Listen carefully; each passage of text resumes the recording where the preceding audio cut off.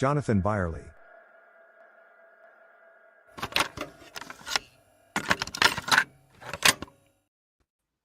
Welcome back to All That Jam, where music has no limits. We are joined today by Jonathan Byerly about his Project Emergency Group. He has Plates of Cake, and I think you have a Western band too, maybe a swing band or something.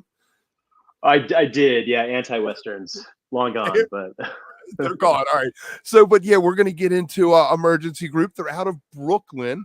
How are we doing today? We're doing about as well as one can be. It's been kind of a brutal summer in terms of heat and everything, but it seems like it's breaking. So I'm doing well. Yeah. I tweeted earlier, July is the longest month. It's just this July might be the longest I've ever had. Yeah, my longest July. It is. So the last time we talked to you was about a year ago, and you had actually recorded your latest album, Mind Screen, right around then. And I feel like for me, you guys have taken the next step with it, in as much as the songs Julian and the title track are composed as opposed to longer improvised pieces. So why don't we start off with your track, Julian, and what the impetus or thought process was to say, hey, we're going to change from what we had done before to let's write a song and go in and record it. Yeah, absolutely. We essentially we had the studio time booked, and we were going to work with the producer for the first time, Chris Schlarb, who releases music under the Psychic Temple moniker, as well as he produces all kinds of like really fantastic musicians. And I think we were just thinking, how do we make the most of our time with him, and how do we kind of rein in like our just improvisational explorations and just kind of do the classic like bookend, the A side and the B side of what we hoped would be a potential LP, which it's now out on the vinyl format. So it turned out great. But yeah, Robert and I just each said we would bring a tune in, and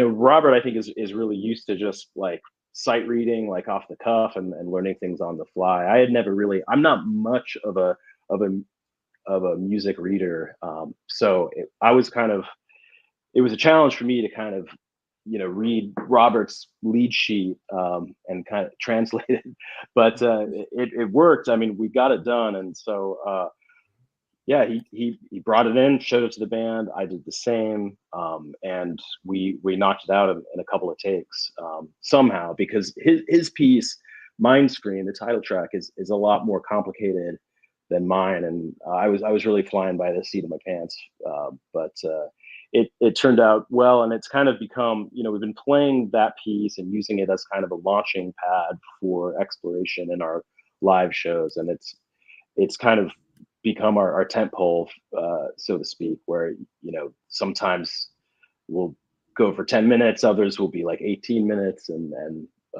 so they're all kind of different. So I guess we have our dark star, so to speak, now, but we're still doing all sorts of just pure improv, which I think is really where we can really stretch out and surprise one another. And so the two inner pieces on the LP are just long form improvisations, but really different for us. Like, I think the vibe of the room and that particular day and how we were feeling, I mean, it's kind of like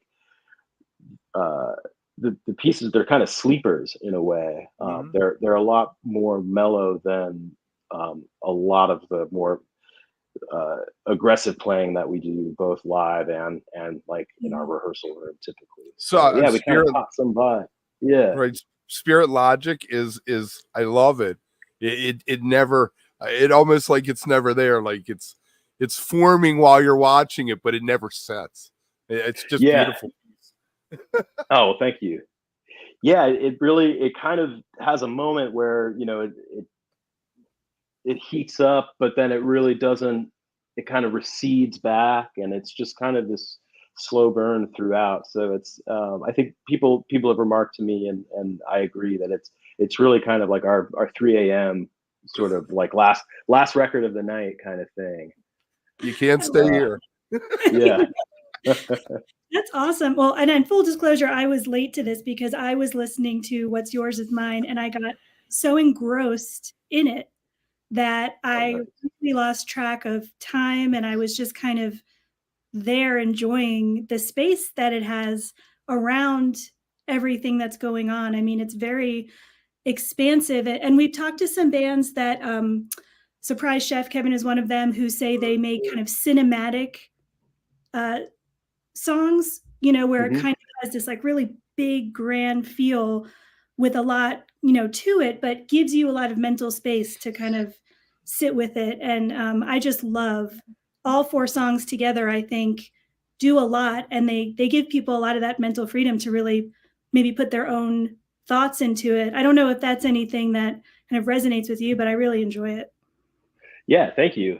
It's there's this impulse to like, you know, just always be like at 11 and just slam people with like sonic assault, and I think there's plenty of time for that, but this is great. The record is special to me because it is the opposite of that. It's very contemplative, and it's got this kind of ethereal motion to it. I mean, that piece in particular, What's Yours Is Mine, starts off in 9 times, so 9 beats a measure, and then at some point it shifts into 5.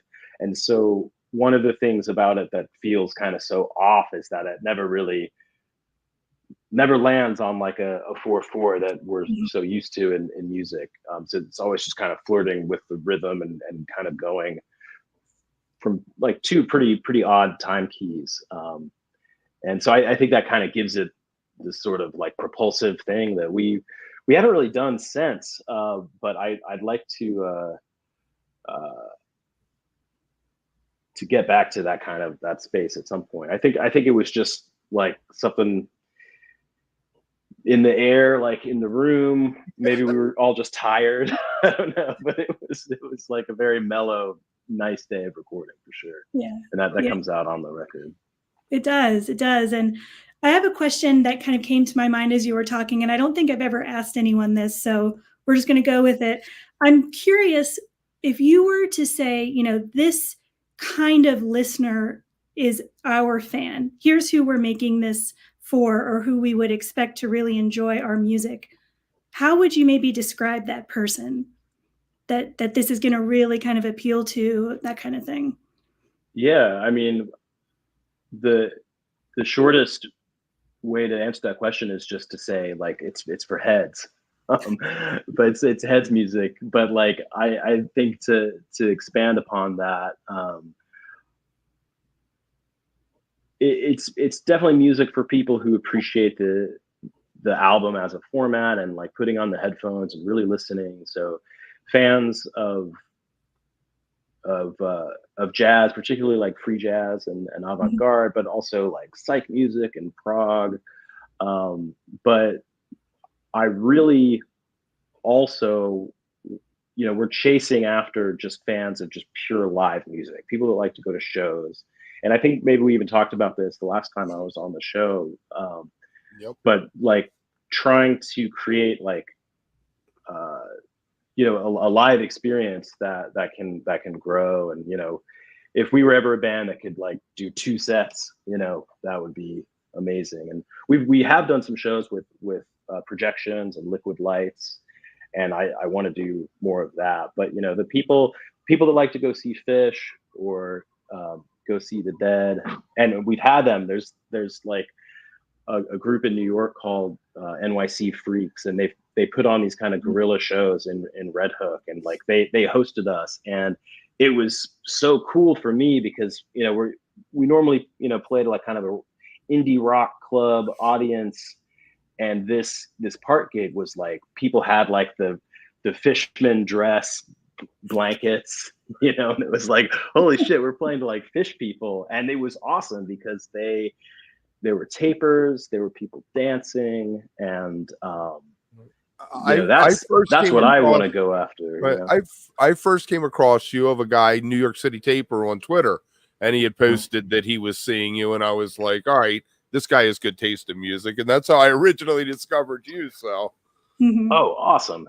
Yeah, I was wondering about that. And NYC Taper is one of the greatest music resources around. I mean, those guys are doing God's work for sure.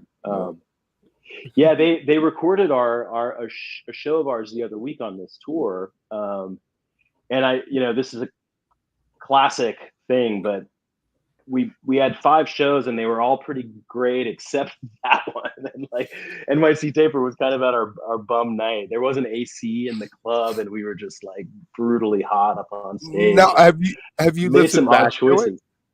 Have you listened I back to it? Yeah, let me tell you, it's not gonna come out. It's not terrible. It's not terrible, but we got actually a multi-track recording of the Philly date, and that really, not only was it recorded really well, like we were playing really well to my ear. And so I'm hoping actually to get that one mixed properly and put out, whether maybe just like a Bandcamp Friday kind of download situation or what. But yeah, there's some tapes floating out. Not a ton, but I personally have taped every show that we have, and I'm definitely kind of keeping an eye on the right time to either like release a really good single show or maybe even just a compilation. There's a good video of you guys from early on YouTube. You're in like a Yeah. It looks like you're just in a room somewhere. I mean, I'm not think sure what the venue is. I think it's probably the Pit, which it's this anarchist bookstore in Brooklyn. Stands for Property is Sounds Theft. right. We played there twice. It's a great shop, and it's run by Jim McNew of Sunwatchers, the great band Sunwatchers. Who I don't think they're a band anymore, but he's the guitar player in that group, and really phenomenal band. And then he runs this really cool bookstore, record store, community space. They have shows. It's a great place to see live music if you're in Brooklyn. That's so awesome. And I love that you mentioned NYC Freaks, because I lived in Manhattan. I'm from New Jersey, and I remember. Oh, nice. I mean, they've been around for a long time now, and have that nonprofit, the Freaks Action Network, I think. Yeah, exactly. So I'm glad you kind of shared that, because they do awesome things, and I feel like they've been able to help sustain a really strong community in that area for decades now. Yeah, they're fantastic, and they honestly, it was a huge help. Like it was a good paying gig, like right before our second tour, and that helped pay for gas and things like that. And so it was really, they were super kind to us, and it's a complete just labor of love. I mean, it was like in a pier in Red Hook. So the guys, they brought a generator. They ran full power for us, and like we didn't have to do anything except show up and play. And, so yeah, really cool group. Very cool. So in terms of great places for that stuff. Yeah, definitely. So what do you have going on for shows these days? What's in the works? Would love to know a little bit about that. Yeah, so we just finished a little bit of touring. In May, we did a week in the Midwest, and we just finished up 5 shows on the Northeast with Psychic Temple, which was just a blast to be on the road with those guys. We are, every August, our drummer, who is German, spends time in Germany with his family. So we're not doing anything in August. We're working on shows for September and October that will, for now, be local to NYC. We might get up and do another run of New England shows before the year is out. But yeah, right now we're just kind of basking in the glow of having our first LP out into the world for not quite a month, and having done our first little bit of touring as this group. So yeah, the shows went super well. What have your set list choice has been looking like, since you do have some newer compositions, I guess? Yeah, we've been doing them live. Typically during a set, we'll just have 2 long form improvisations that are totally unplanned, and we'll also do Mind Screen, which kind of contains like a mini jam that's improvised. We've been doing Julian a lot too. And Julian's kind of like, since it's more of like a bolero ballad, it's a really kind of nice way to have a break between the heavier hitting stuff. And you wrote it for somebody special, didn't you? Yeah, I wrote it for my son. On my first and only boy is almost 17 months now, and so it's been awesome. It's been, you know, all the things that people say it is. Best time. Best time. Yeah, but you know, the tune was like, it sounds like I'm making this up, but I'm not. When he came home from the hospital, he was in the bassinet taking a nap, and it was just the first thing I played on my guitar, and that was the tune. So that's like the story of Billy Breeze with Trey. His kid was Billy. That's who Billy Breeze was about. It was him looking at the kid in the bassinet across the room. So sometimes maybe it's the energy. Yeah. It's like the new baby smell just makes you write a song. Yeah. Sometimes the tunes just enter. You know, you don't know how they get there, but then they're there. They're just fully realized. And you recorded that at Figure 8 in Brooklyn. We want to give them a shout out. Let me ask you, you have 4 albums now, or 4 recordings that you've released, right? Yeah. Do you see a progression, or do you see an arc across what you're doing, or is everything going to be a King Gizzard style where we're going to approach something different and search out new sounds here? I think, that's a great question. I think the latter. Like the first couple were just like straight up, this is our like press play and record. Heavy improv stuff, a little bit of editing, and you know, with the latest thing, we've introduced a little composition. I am interested in putting out something that's live. Whether or not we have the material, I think we do, but you know, you got to give it time. You have to sit on things for a little bit. I think we're gonna introduce more, if not songwriting, then like a little bit more structure to the sets, just to have like a little wayfinder points, like it in kind of what a jam band would do to make sure that they hit those peaks and like really, you know, on the one hand improvise freely, but on the other hand, you know, entertain your audience and land somewhere. And you know, when you see people's eyes getting scared out there, you reel it in a little and you get back to the end of the song. The song proper is what I call it.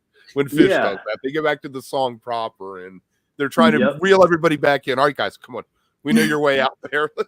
Yeah, exactly. Yeah, you bring it home, you know. And we've, to that end, like one thing we did on the last 5 shows is we introduced, like, for the first time ever, we each kind of take these little solo sections where, like, in the middle of an improvised piece, like the entire band will drop out except for Robert, our keyboard player, and he'll just do like 2 or 3 minutes of these really kind of almost bizarre, like anti-solos, where it's, rather than like just taking a solo that you might think of like creating like almost a soundscape, and it really kind of weirds people out. It's like our, you know, I guess we have a drum space kind of thing going on, because later in the set, Andreas, the drummer, will do like did a couple minutes by himself, and then kind of cue us for when the band comes back in. And like at the end of each of those kind of solo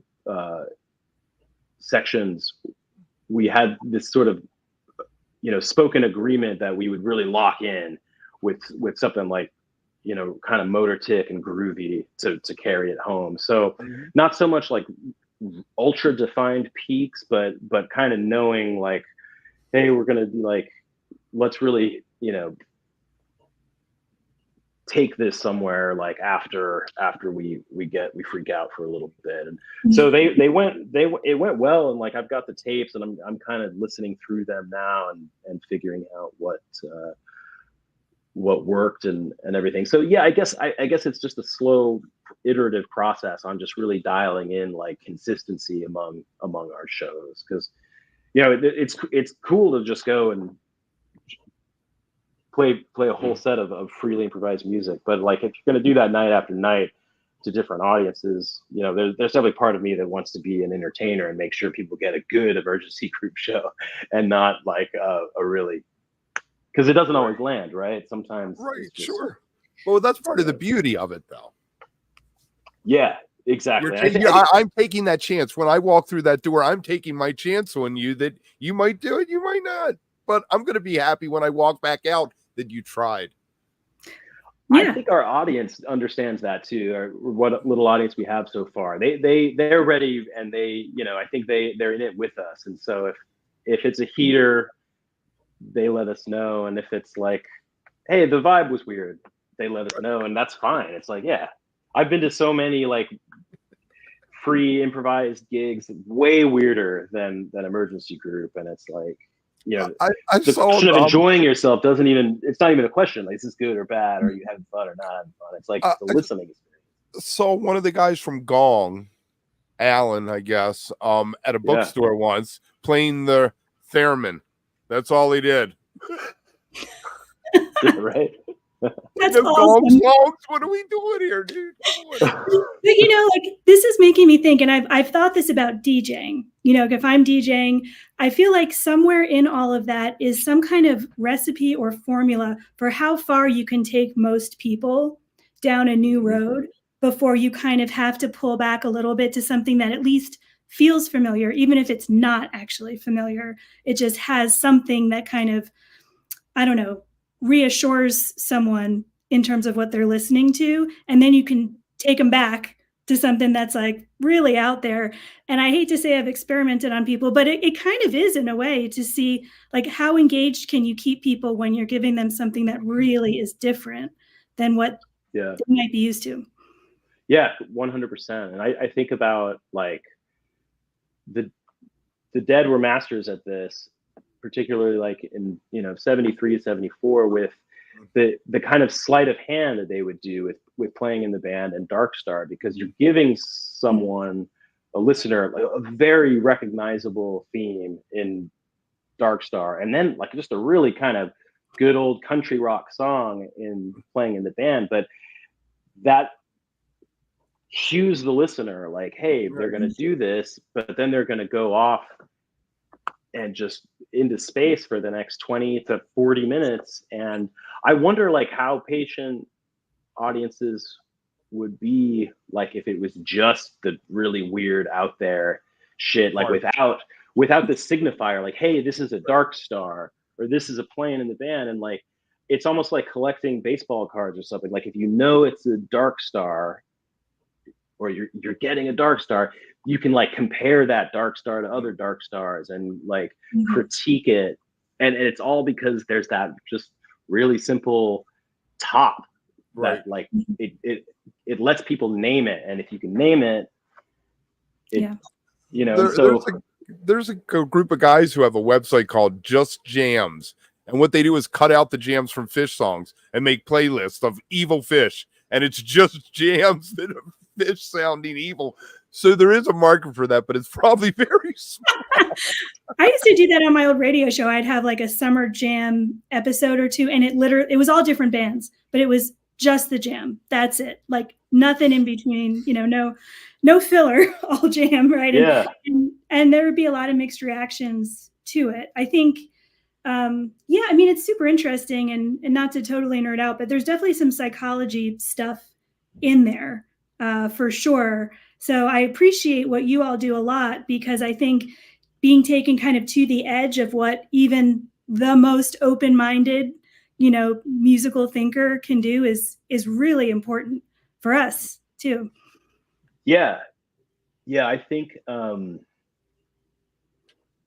you know, I've seen those playlists as only jam, like Dead, like 4 hours of just the jam sections. And it's like, I don't know, like there's something about like the experience of hearing the whole show and like, you know, sitting through Looks Like Rain, or like doing the whole first set, and like you kind of gotta like those moments become so impactful when they're saddled in between all of the the repertoire of the tunes, and it's just like, and the Fish show is the same way. It's like if I fast forward straight to like the really spicy part of like a long tweezer, it's like not the same as like when you're listening to the whole set and then they start playing the first riff and then the crowd goes wild and it's like, holy shit, tweezer, like, you know what I mean? It's like you kind of it fits in a context, and that context is important.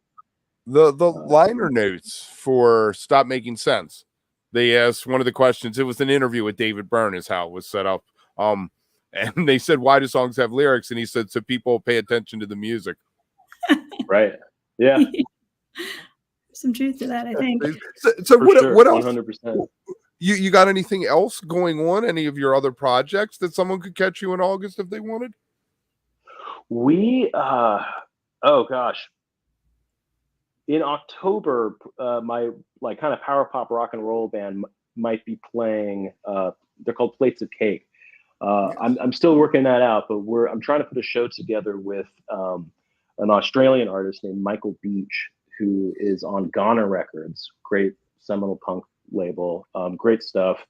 And he's touring with the drummer from an amazing psych band called Comets on Fire, early aughts sub pop band. A buddy of mine named Utria Kushner. They're doing a tour together, and I'm working as we speak on setting up a show on October 3rd. I'm not sure where it's going to be, but it will be in New York City. Nice. And I not really playing so much with that band Plates. All in on Emergency Group these days, but but every now and again we'll do a one-off. We played at Kid Millions, the drummer's local library where his daughter goes, and that was like the one like random Plates of Cake gig this year. But so we'll do stuff. We'll do kind of special one-offs, but other than that, it's I'm fully in it with Emergency Group. There you go. You got anything else, Amanda? I just had a question because I had read this somewhere, and actually now knowing that your drummer is originally from Germany, I had seen a description, one of the descriptions of Emergency Group as neo-kraut.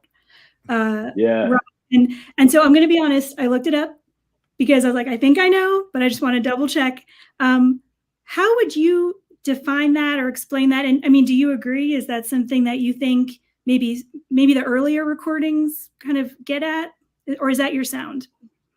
Yeah, well, I would definitely, and this is kind of funny, like for me, and I would say Robert to an extent, when it came to like formulating what this band was going to be, classic German bands like Can and Neu and Harmonia were all like top of mind. So I personally like kind of have this like krautrock obsession,